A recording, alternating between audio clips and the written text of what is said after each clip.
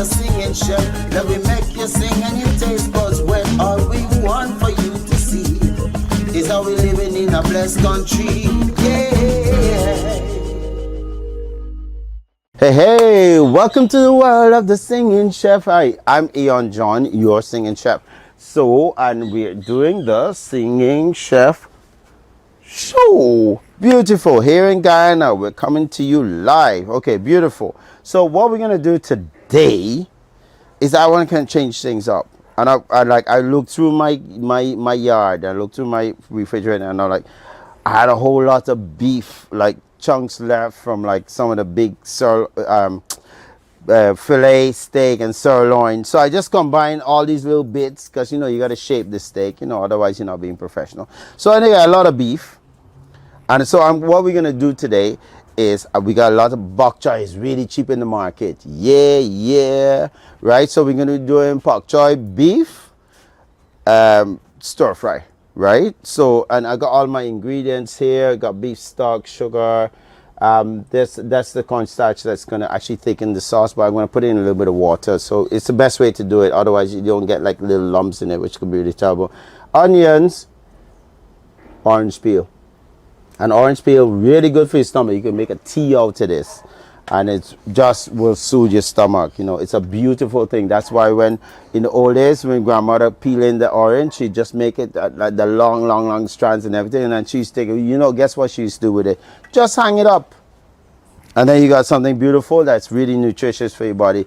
Black pepper, and I'm using some little small shrimp here. And the reason I'm explaining this is that in like Vietnamese and Thai cooking, they always got like their shrimp paste or their shrimp sauce and that kind of stuff. We have these salted little shrimp that pack so much of flavor. You can use them almost like an umami, like a thing, but don't desalt them because you want the salt, right? Because remember, you want the powerful flavor. I got some calves rib there and some soy sauce. And then I got these green onions gonna go in the sauce and then on top to start everything going. So what I'm gonna do is I am going to start this. Okay, right. I'm gonna start this wok, and I want this wok to get really hot. And actually, you know what? This stove is hotter. So I'm going to, because I need much room for that. Beautiful, beautiful, beautiful. I'm gonna start this. I want this wok to get hot. It's really important. Yes. I got my rice here. Just let me grab a pan from over here. The rice can go on the lampy fire. Lovely. Because I want some. It doesn't really matter what kind of rice that you use. I just happen to have long grain basmati here, but you can use jasmine rice. You can do whatever you want. And also, you don't have to have this as rice. You can have it by itself. You can have it with rice noodles. And actually you can turn it into like one of those dishes, like when you go and eat Indian food and chapatis and things like that. It could be like a roti dish. It actually is very good, right? The main thing is to do this, the beef, the bok choy beef, to build the bok choy beef. Okay, I got that over there, so I better get going before I end up burning up everything, right? You see how lovely that fire is coming out from there? That's what you want. Okay, I'm just gonna add about enough water. I got there about an inch over, which is good. Let's just make sure. Yes, there we go. Pretty much exactly an inch. We're winning. Okay, let's put some oil in this baby, right? And I want to let it just so. Do not pre-season the chicken, the beef, because you want that pure beef, because we're having a lot of flavor going around it. Okay, so what we're gonna do is gonna wait for that just to heat up a little bit, and I'm gonna put the beef in there. But I cut it like strips. You can do chunks. You can do whatever you want. It's not, none of this is a big deal really. Most of it is actually to taste, right? So I'm just gonna get the pak choy right? And I'm just gonna tell you guys ahead of time. I know you're looking at this big cleaver that I'm using. I've got some very expensive knives, but like this is the best and most accurate way that I cook, I've actually learned how to cook. And this is my old Chinese grandmother that always used to have that. And then after you finish, you can just put it underneath and then just throw it in the pan. Actually, no, that's ready. That's looking ready. Let's get the beef in there. Loosen it up in your hand, right? Look at that.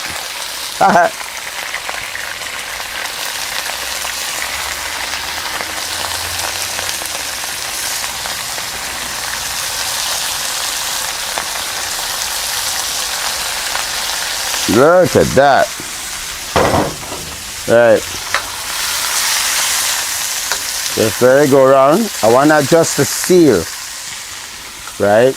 And I know I'm always going on about this, but it's important. It's like a way of cooking. So I don't want to tell you guys things that don't work. I don't want it to cook all the way through. I want it to be pink in the middle. Right? Because I'm going to show you why. You see that almost done. I'm just going to take one of these things. I'm taking the out now. Boom. Right? And you notice how it's still kind of pink? You don't want to overcook. That's the thing people do with a lot of food. Is they just cook it too much. The flavor is already there. If your quality isn't good, then your food isn't going to taste. You just got to make sure you're cooking with good things and don't overcook it. All right? And that's a discipline that you will develop. I promise you. Yeah, look at how that's screaming, saying, give me something. Okay, what's going on? Look at that. See?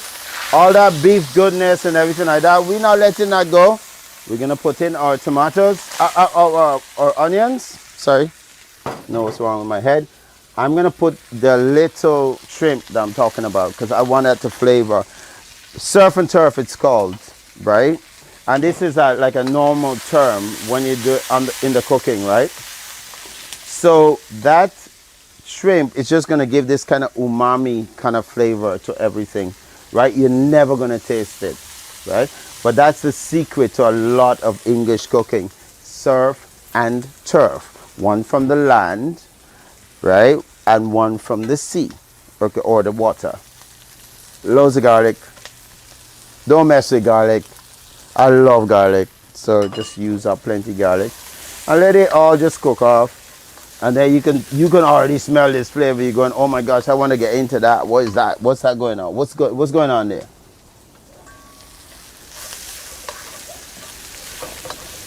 Beautiful. Right? So what I'm going to do with this is I got a little bit of these beautiful babies, which are green onions. Let that do that. A whole load of that, which is wonderful. Right? I'm gonna use my cornstarch. I'm just gonna put it and mix it up with the beef, right? And you wonder why am I doing that? It's just I would have to add water with this if I was doing it, just adding to the sauce, but I want to add it to this because it just does this really lovely thing. It just tenderizes everything, and I just love that. Okay. Right. Oh, my boy's doing the good thing, going a bit sort of translucent. Then we're going to add some beef stock. Yay! And then we're gonna add some soy sauce. Woo! I'm telling you, we're going ballistic now. And then chaza rib, which is like the food from the gods, but Guyanese don't realize what they have. This is real good. And you use that to flavor food. You're adding molasses and chocolate. You know, probably never has ever been done before, but I'm telling you, the stuff that we have here in Guyana is unbelievable. And I keep telling you guys this. Okay, that's the sauce. And we just let that cook a little bit.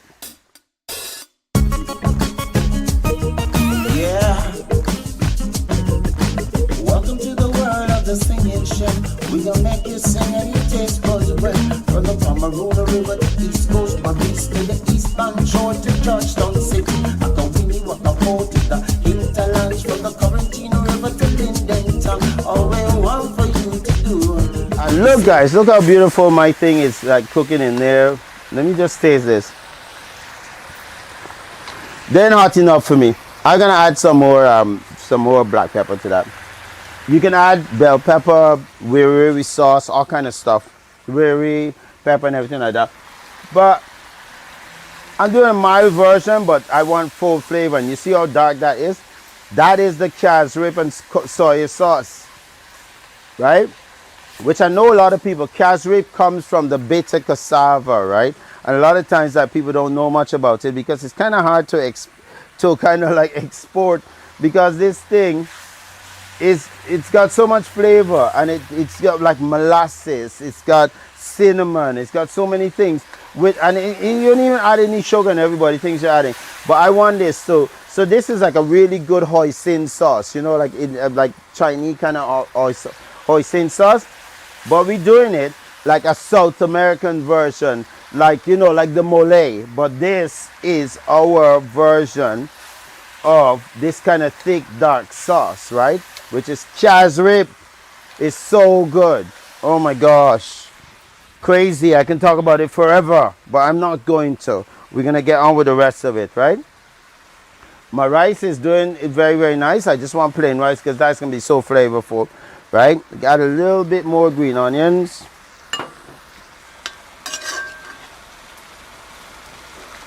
Yeah, and this beef, I've just put like loads of corn flour around it, so it's gonna get thicker. Yeah. Welcome to the world of the singing chef. We gonna make you sing and you taste buds wet. From the Pomeranian River to East Coast, Maurice to the eastern shore to Georgetown City. I can Winnie what the port to the hinterlands. From the Quarantine River to Lindentown. All we want for you. Okay, look at this, baby.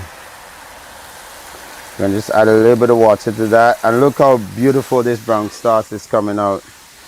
Oh my God, it's so sexy. I shouldn't be here.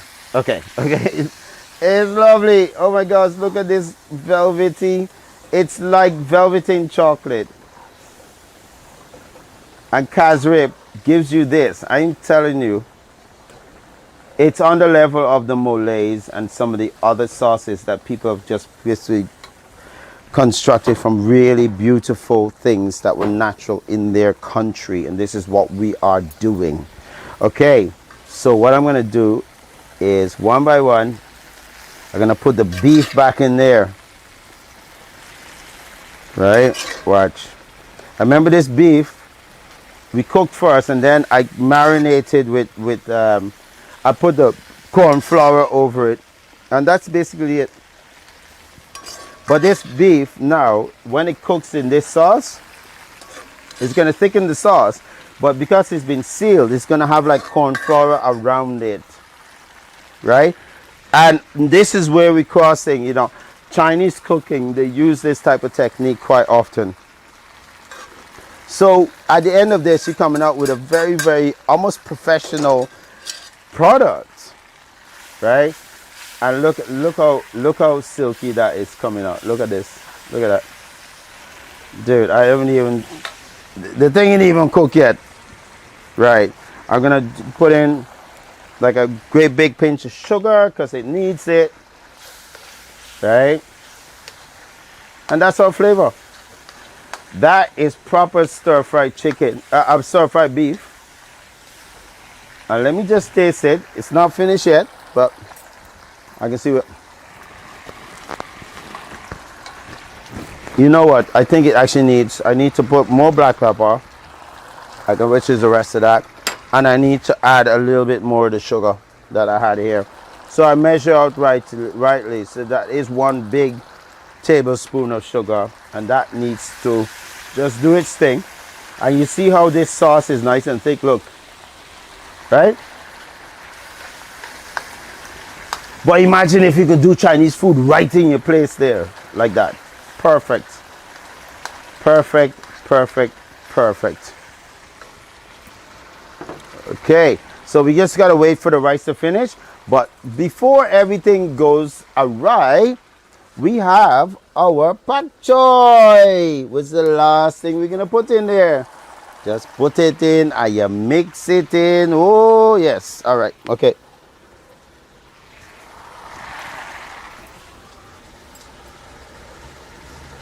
Yes. Beautiful, beautiful. And then just mix everything together.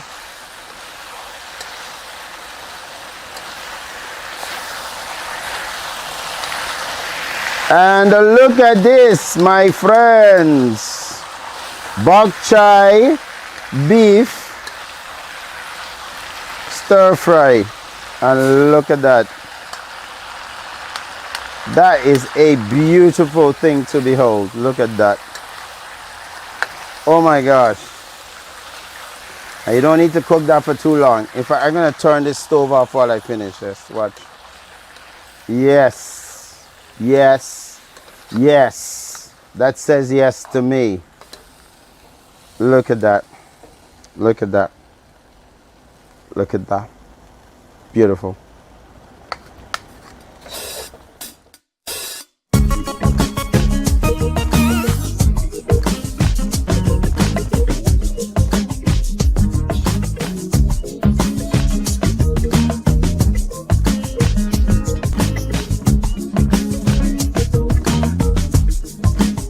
Guys, look, I almost forgot the orange peel, so we're gonna put this back in here. I'm gonna cook this up. You don't need a lot of the flavor, but you need it in there, right? So we're gonna let this in. We mix in the orange peel, and that's beautiful. And then we're gonna let this cook for another kind of like 5 minutes or something, and let that orange peel go through this, that whole flavor and everything like that. And then we will be ready to serve up. Yes.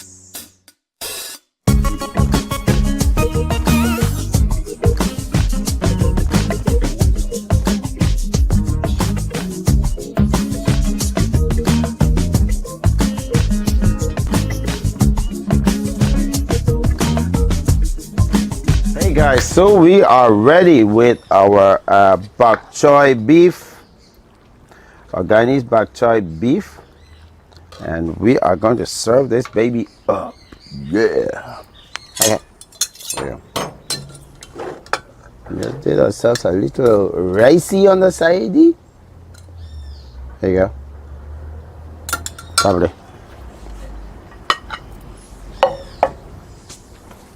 Beautiful little thing.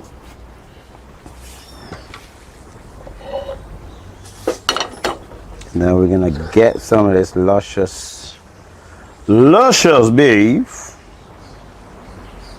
stir fry beef, bok choy beef stir fry. Lovely. And that's a little bit more stew. Okay. Well, just because I like neatness, I think we need to clean up this plate before we offer it up to Miss Jessica. And a little bit of the scallions there. Very playful, I like that. Simple and sweet.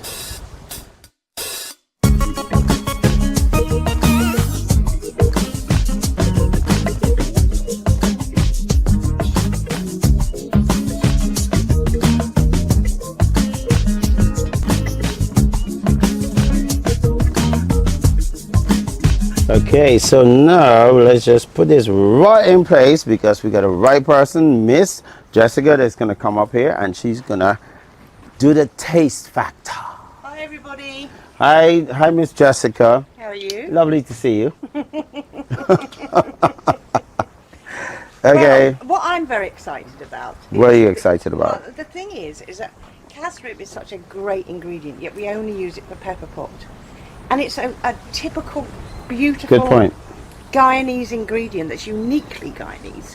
And the fact that you're changing it up and creating new dishes is Like so the hoisin sauce or Yeah. the oyster sauces and everything, like casrib has got all of that. Yeah, it's a beautiful, Yeah. and I'm really glad that you're doing this, because we should be using casrip in more dishes to make them uniquely Guyanese. Right. So I'm just going to try that sauce with a little bit of the rice. Actually, I'm going to taste it. You can talk about it. I'm going to taste it. Let me taste it, because it just looks too good. Look at how it's thickened just perfectly, like a perfect gravy. Oh my gosh. So that is a restaurant quality meal. Oh my god. It's so delicious, and it tastes, Oh my god. it's got a unique Guyanese flavour. And that's what we're trying to hit on this I show. know I'm thinking I didn't put enough wiri pepper in there. Oh dear. Not enough wiri. No, but it's got a sweetness. It's got this thickness, like a proper gravy. It's like, and that's just from the casrip. Oh my gosh. Now we should be supporting our local producers of casrip by Yeah. including it more into the Yeah. Guyanese cuisine. Yeah, this is Right? what. Yeah, exactly. Because this is a great thing. This is what world cuisine is looking for. Is different tastes like this, and we got it here in Ghana. We don't even. My gosh. This actual casrip came from the Pomeroon. It came from the palm room, but it's, oh my god, it's so good. It's such a beautiful flavor. I'm surprised. The funny thing is, when you cook, sometimes you gotta let the sauce and the rice and everything, I just let it rest for a little bit, and then it comes together.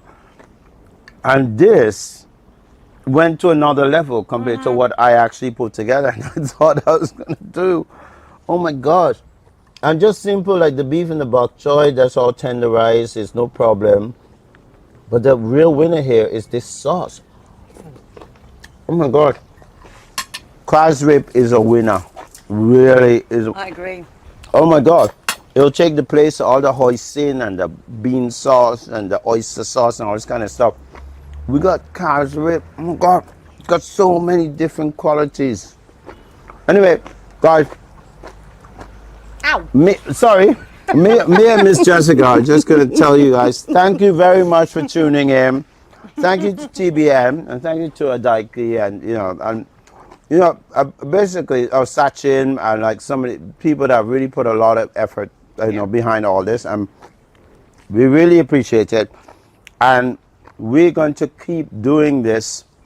I'm showing you how amazing Guyanese ingredients are. We're going to show you different type of recipes, and when you guys try it, please get back in touch with us and tell us whether it worked out or didn't work out. I know this is going to work out, right? Yeah. We have to say goodbye. So thank you so much for tuning in. Don't forget to check us out, our tour company, on Singing Chef Adventures on Facebook. We got amazing tours and amazing food to show you. A mixture of culture, history and music and food, and tell you the Guyanese story. Yeah. And the Guyana critic page, Facebook. That's where we're downloading every Thursdays and Sundays at 8:30 for 2 new recipes a week. Yeah. So thanks very much for tuning in, everybody. Bye. Bye-bye.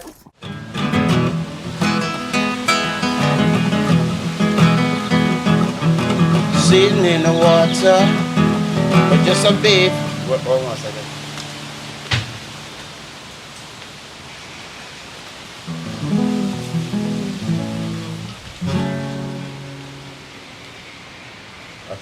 Let's go. 1, 2, 3. Let's go. All right, this one's called Sitting in the Water. It's about the Pomeroon. Yeah. Sitting in the water, with just a bait for your daughter. Make it dry up my skin till a nice and sweet smelling. I just stay by the river, even if it takes me forever. With my nice sweet soap and ting, and a cake with your wedding ring. Don't need you to wash my clothes, I can wash it myself. Don't need you to cook my food, I can cook her for all we yes. Don't need you to clean the house, I know to make that and sing. All I need from you, girl, is to take me in, because I'm sitting in the water with just a bait for your daughter. We can dry out my skin till a nice and sweet smelling. I just stay by the river, even if it takes me forever. With a nice sweet soap and ting, and a cake with your wedding ring. Don't care if I win or lose, there's nothing I could do. And even if it takes forever, baby, I can wait for you. In all these precious times, I got plenty time to lie. I've been waiting by the river, baby, just roll me a line, 'cause I'm sitting in the water, but just a bit for your daughter. Make her dry up my skin till a nice and sweet smelling. I just stay by the river, even if it takes me forever. With a nice sweet soap and ting, and a cake with your wedding ring. Yeah, yeah, yeah.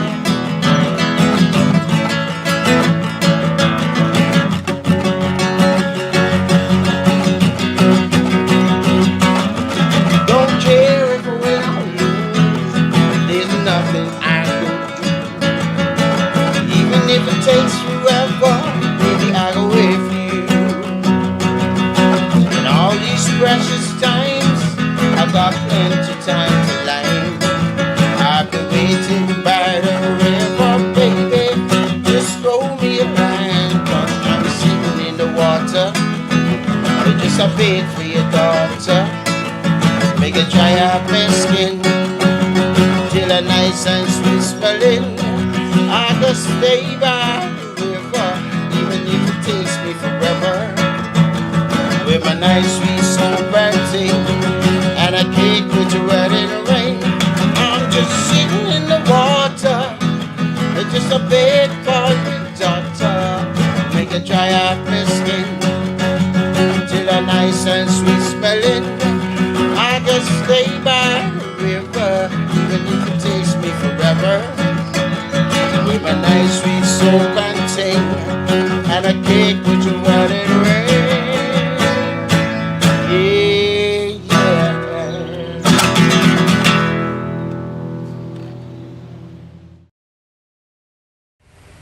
Hi guys, so we're here with Bradley Cornell and we're just doing like a re-interview. As you remember, Bradley is from New Zealand. New Zealand, right? And he's here visiting Ghana of his own volition. Isn't that wonderful? If you remember, we were talking about his mom was given a brooch, a Kaito Falls brooch, from basically a friend of hers, or a very very close friend. Of course they split up, and Bradley actually came here to Ghana to see Kaito Falls, and actually to see if he could either find a brooch very much like it or the brooch. So we're basically still putting something out here that where we want to, if anybody knows where you can get this Kaito Falls brooch. It would have been around which year or so this would be? 1950s. 1950s.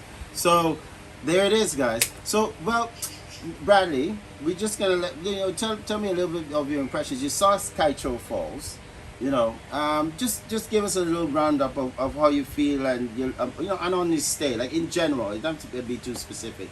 Your stay here, and your stay here, while you're searching. Really enjoyed my time in Guyana. Yeah. It's certainly a really unique country. Yeah. And I went to Bartica on the minivans and Right. riverboats. And Nice. that was a superb day trip. Really enjoyed that. Mm. The Guyanese were very friendly and hospitable. So they were helpful to a white guy who looked like he was out from Georgetown for the day. Excellent. And then so that was the Guyanese experience. And then I went to the falls with the other tourists. Mm-hmm. And magnificent. Yeah. Those falls are truly magnificent, and dare I say it, on par with some of New Zealand scenery. Right. Okay. Good. New Zealand's stunning, but those falls were stunning. Great. Fantastic. They have to be. Guyana is country number 68 for me, Right. and those falls are just magnificent. Right. Absolutely Okay. magnificent. Number 68 for you. Yep. Okay. So you're a traveler. Yes. All right. It's okay. So when you leave here, where are you going back to? Where are you going Guyana, to? Trinidad, You're going to Trinidad. All right. and then lots of islands. And there are lots of islands, and then to back home. No, Portugal and Ireland, and then back home. All right. Oh, fantastic. So, Bradley, I'm really intrigued. What was your mother's name? May Gallagher. May Gallagher. Okay. And she met Stan, who's from Guyana. That's right. And where did she meet him? In London. In London. All right. So they met in London, and they fell in love, and they became engaged. Now, I heard from you that she went on a series of adventures with Stan from Guyana. Where did she go, and what did she do? So they went across by motorbike. So it's hard to picture my mother young and on the back of a motorbike, but she did. Through Turkey, Iraq, Iran, Pakistan, and to Bombay, where my grandfather had to rescue her with some money and send them on a steamship back home to New Zealand. So she was certainly an adventurous kind. She also loved South America, so she would have loved Guyana. She would have loved the falls because we'd been to South America many times. So yeah. So when did Stan get? So they had to be rescued by steamship. When they got to India by motorbike. So did Stan return to England, or did he come back with her to New Zealand? He came back with her to New Zealand. Oh. And then they must have had some sort of falling out. Right. I don't know any of the dynamics. But anyway, he left New Zealand and my mother stayed, and that's when she fell in love for the second time and met my father. But I often joke that I could have been half Guyanese. So Stan's gave her something so precious to him, which was a remnant of his country he was born in, which was this brooch of the Kaitoa Falls. And she treasured it. From the late 50s. From the late 50s. Yeah, She treasured it 1950s. her whole life because you grew up with that brooch. And then when it came to come to Guyana, and when your mother died, neither you or your brother could find the brooch. So we looked everywhere for a brooch, but what we did find is a couple of things that you can take back to New Zealand that will remind you of Guyana and the Kaitoa Falls. Because there's a fridge magnet. So it's not as romantic as a brooch, Yeah. but it is a fridge magnet, and it does have Kaitoa Falls on it. Here's another one with Here's Kaitoa another Falls, one. a different one. Cool. Right. And this one, we had to get it figured. This is a bat, a cricket bat. Yeah, With Kaitoa because- Falls and a bit of red wood. Yeah. That looks like purple heart. Yeah, purple It's heart. naturally that colour. And as you know, New Zealand cricket, West Indies cricket, Guyana cricket, it's got the Kaitoa Falls on it. Yes, but And we're still looking for We're still looking for the brooch. anyone that knows where one of those are. Late 1950s Kaitoa Falls brooch. Okay, Yeah. we'd still love to find it. You can call us on 965-9065. 695. Oh no, 695. You can call us on 695-9065. Yes. Okay, that's it. That's the And- Singing Chef Show. The post- Oh, all right. Okay, we've got something else here, right? So that's so you can really take away the memories of Yeah. the Kaitoa Falls. Thank you, guys. I shall treasure these Yeah. Okay. because they're a gift. All right, From thank you Guyanese. very much for Yeah, thanks. coming to Guyana. So have a safe trip, Bradley, and we hope that you can come back, and then we're going to take you to some more places that you haven't discovered, because Guyana, as you know, is a beautiful country. Absolutely. And thank you so much for coming all this way, and I'm glad you got to see the Kaitoa Falls. And in just Memory remember, Camera. guys, the Singing Chef Show, you can call us on 695-9065. And if you know anything about a late 1950s Kaitoa Falls brooch, okay, Or you- we'll be looking for it. Or you're related to Stanley. Oh yeah, you might know this story. Yeah, please let us know. Did Stan ever come back to visit New Zealand? He did later in life. Later I in did life? meet him.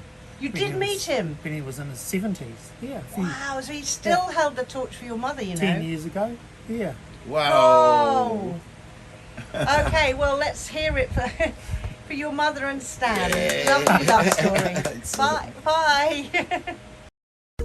So welcome to the world of the Singing Chef. Let me make you sing and your taste buds wet. All we want for you to see is how we living in a blessed country.